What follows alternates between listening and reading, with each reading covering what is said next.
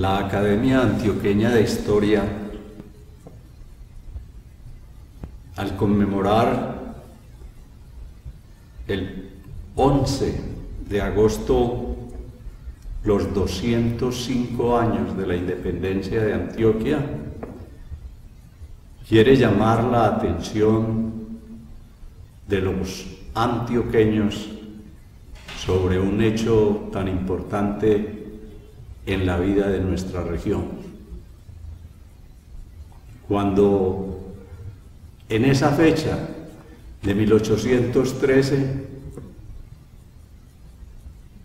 el poder legislativo de la región le otorgó poderes dictatoriales a don Juan de El Corral para poder enfrentar la invasión de las tropas de la Reconquista que comandaban Morillo desde Cartagena y Juan Sámano desde Popayán, para poder enfrentar la situación de orden público que se avecinaba en lo que se planteaba para Antioquia, y también ordenó nombrar a el coronel Serviéis y al militar Gutiérrez de Caviedes, llamado el Fogoso, para manejar todo lo que tenía que ver con la guerra. Y aprovechó don Juan del Corral la presencia en Antioquia del sabio Caldas para crear una nitrería en la ciudad de Medellín para la fabricación de pólvora, y también la maestranza en el municipio de Río Negro, donde se fundieron muchas de las armas que sirvieron en la época, y fue el iniciador de la ingeniería militar en esta zona del país. Recordar a esos personajes y héroes de la historia de Antioquia, como don Juan del Corral y todos los que participaron en la formación de nuestro estado inicialista, como fueron los delegados que dictaron las constituciones, la provisional de 1811 y la definitiva de 1812, es obligación de esta institución que vela por la historia del departamento. Esa fecha es la de la independencia de Antioquia.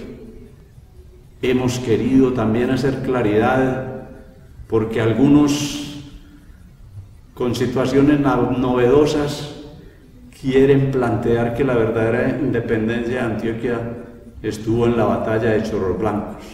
Chorros Blancos fue muy importante cuando Córdoba derrotó las huestes españolas definitivamente de Antioquia, allá cerca de Yarumal.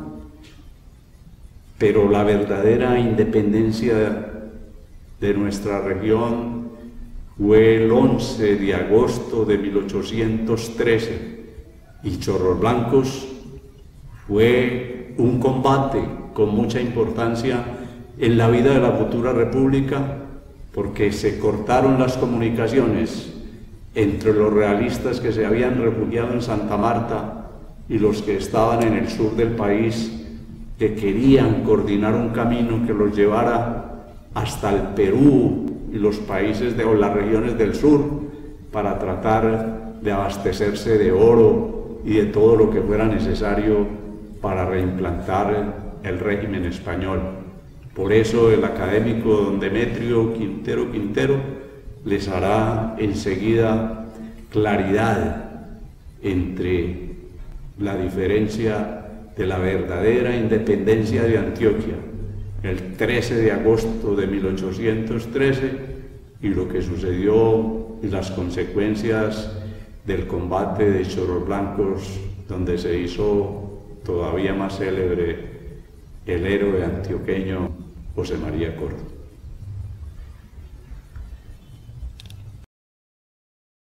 En este día, 11 de agosto, estamos conmemorando, celebrando, rememorando uno de los acontecimientos más trascendentales que ha vivido nuestra región en estos 2 siglos anteriores, desde 1813 hasta este año de 2018. Tenemos que volver un poco atrás y tener en cuenta cuál era la región antioqueña por aquellos años de 1810 en adelante. La geografía no ha cambiado. El panorama es el mismo que vemos hoy. Una región montañosa con sus valles, laderas, montañas, en gran parte cubierta de selva, atravesada por ríos más caudalosos en aquella época que hoy, sin puentes, sin posibilidades de vadearlos y con malos caminos. En cuanto a la parte política, dependíamos de la capital, Santa Fe de Antioquia. Ahí estaba el gobernador de la provincia. Ahí se asentaba también el cabildo o ayuntamiento. Socialmente, Antioquia aparecía como región, como con una población aproximada de 100.000 habitantes. Iletrados la mayoría de ellos, desconocedores de las realidades del virreinato y de los mismos acontecimientos de la metrópoli. Por algo dice el gobernador Moni Velarde: bien hallados en su pobreza y desdicha, adormecidos en el regazo de la ociosidad, criados en un país donde todo se ejecuta por imitación y se desprecia cuanto tiene visos de novedad. A esta región llegó la noticia de la revolución del 20 de julio de 1810 en Santa Fe de Bogotá. Inmediatamente nuestros dirigentes pensaron en unirse a esa revolución y hacer realidad su proceso de independencia. Existían 3 ciudades, 5 villas. Esas ciudades eran Santa Fe de Antioquia y Río Negro. Pero también habían tenido tal calidad otras como Cáceres, Remedios y Zaragoza, que en este momento carecían de cabildo. Las villas eran Medellín, Marinilla, y también tuvo la misma calidad Santa Rosa de Osos. Fueron citadas representaciones de estas ciudades y villas a Santa Fe de Antioquia para reunirse en lo que denominaron Congreso Superior Provincial. Este pasó luego a llamarse Serenísimo Colegio Constituyente, y de él se derivó lo que se llamó Constitución de 1800, Proyecto de Constitución de 1811 o Reglamento de Constitución.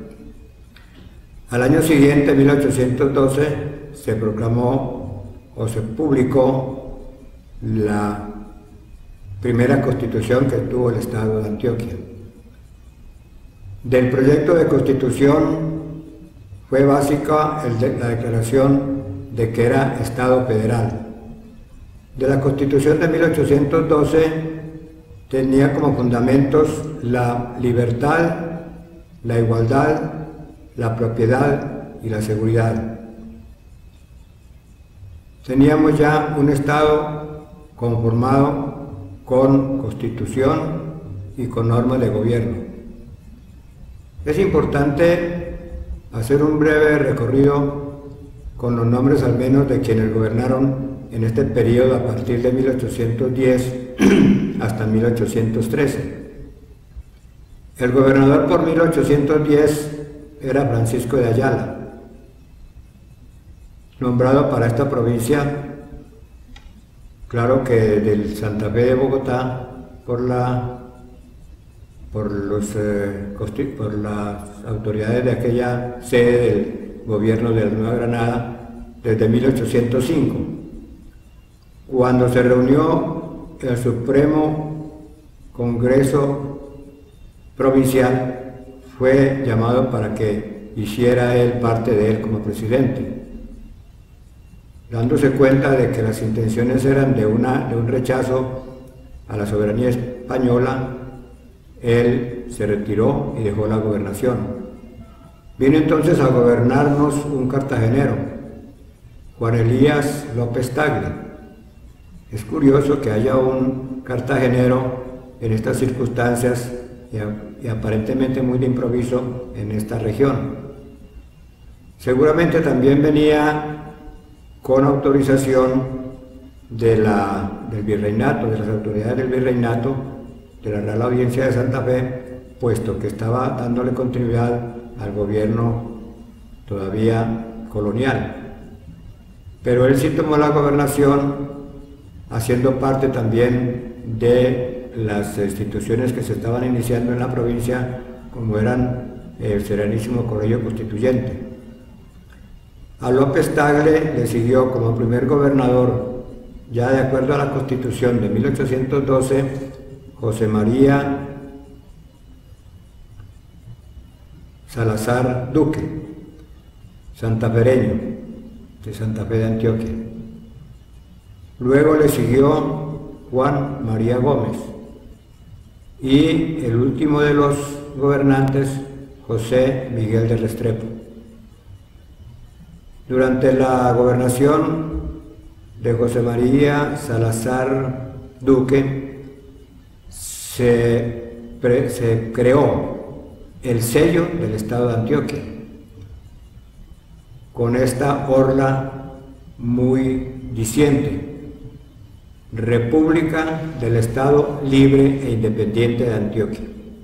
Hay que recalcar este sello, que era el que en adelante aparecería encabezando todos los documentos, órdenes, actos administrativos, todo lo relacionado con el gobierno del nuevo Estado que se había creado. Fijémonos bien en República, palabra por palabra, del Estado Libre e Independiente de Antioquia. Ya el hecho de ser una república estaba negando de plano la dependencia de los monarcas españolas y por supuesto del tradicional dominio sobre las colonias. Estado era una palabra que tenía toda la majestuosidad del poder y la autoridad en aquel tiempo, libre e independiente, y de Antioquia, etc. De manera que fijémonos en este sello, que es como la marca con la cual se quiere hacer perenne, continuo, imborrable el deseo de que esto seguiría siendo realmente no adepto a la corona española.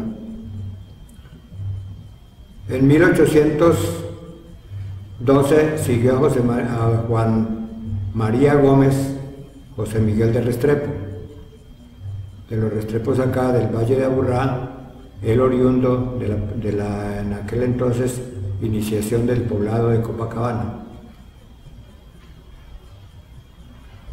En algún momento, reunida la asamblea de aquel tiempo, o sea, la legislatura del Estado de Antioquia y Santa Fe, surgió del mismo pueblo un movimiento de oposición al estado de cosas. El mismo pueblo se levantó, inducido e impulsado por un grupo de ciudadanos que se llamaba Seguridad Pública. Juan del Corral, Momposino, que hacía parte de esa legislatura, tomó la vocería de aquel grupo de amotinados e instó al gobernador José Miguel de Restrepo que hiciera caso a sus exigencias. Ese pueblo amotinado en Santa Fe de Antioquia pedía que se tomaran medidas eficaces contra la fuerza con que se venía implantando el gobierno realista en la provincia de Popayán al mando de Juan Sámano y la amenaza que había para Antioquia, que se llevaban ya varios años hablando de independencia, pidiendo seguridad y libertad, y que estábamos en sumo peligro de caer nuevamente en garras de los realistas y del gobierno tan cruel, con la fama que tenía Sámano de ser vengativo, de ser impositivo y exigente. Cuando Juan del Corral tomó esa vocería en la legislatura en Santa Fe de Antioquia y llamó a cuenta, digamos así, le exigió a José Miguel de Restrepo que hiciera caso a los amotinados, José Miguel de Restrepo, en presencia de aquella asamblea, renunció al cargo para que tuviera libertad la misma asamblea o la misma legislatura de elegir su sucesor. Y fue cuando entonces eligieron al mismo Juan del Corral. Juan del Corral, esto era el 31 de julio de 1813. Juan del Corral aceptó la elección que le hacía la legislatura de iniciar la gobernación del nuevo estado creado en Antioquia. Puso la siguiente condición: hacerlo sin sometimiento a las normas establecidas en la Constitución, es decir, como dictador. Por eso lo registra la historia como el dictador Juan del Corral. Fue una exigencia que él hizo para poder obrar sin restricciones de las que aparecían a veces entre líneas en la misma Constitución, porque esa Constitución presentaba algunas frases, digamos como frases sueltas, en las que se insinuaba la sujeción al rey de España. En alguna parte de esa Constitución raramente se lee lo siguiente: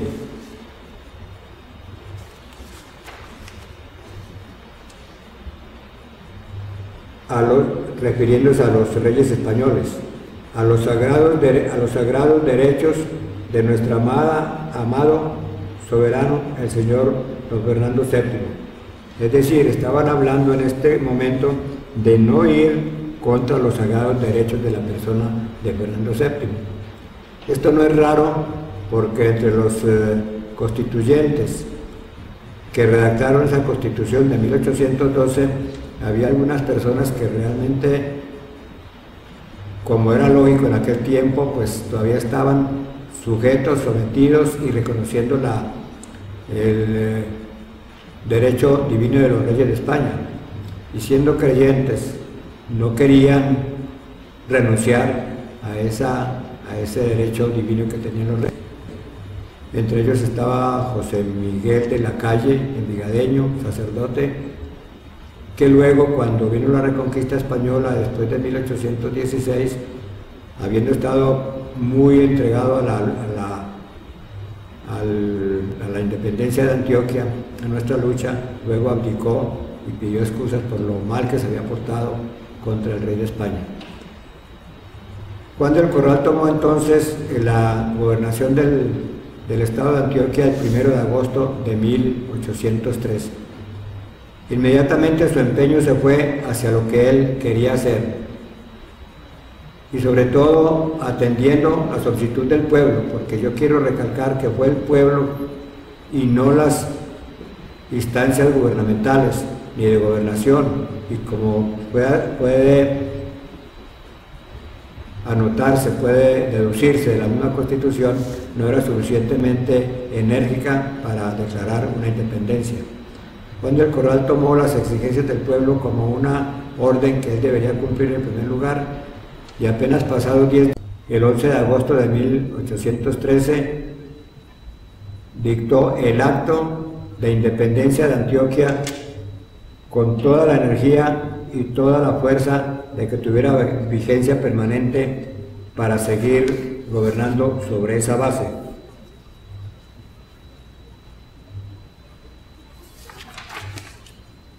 En ese acto de declaratoria de independencia dice muy claro: independencia absoluta de España y de toda autoridad que no emane inmediatamente del pueblo, dada en Santa Fe de Antioquia el día 11 de agosto de 1813.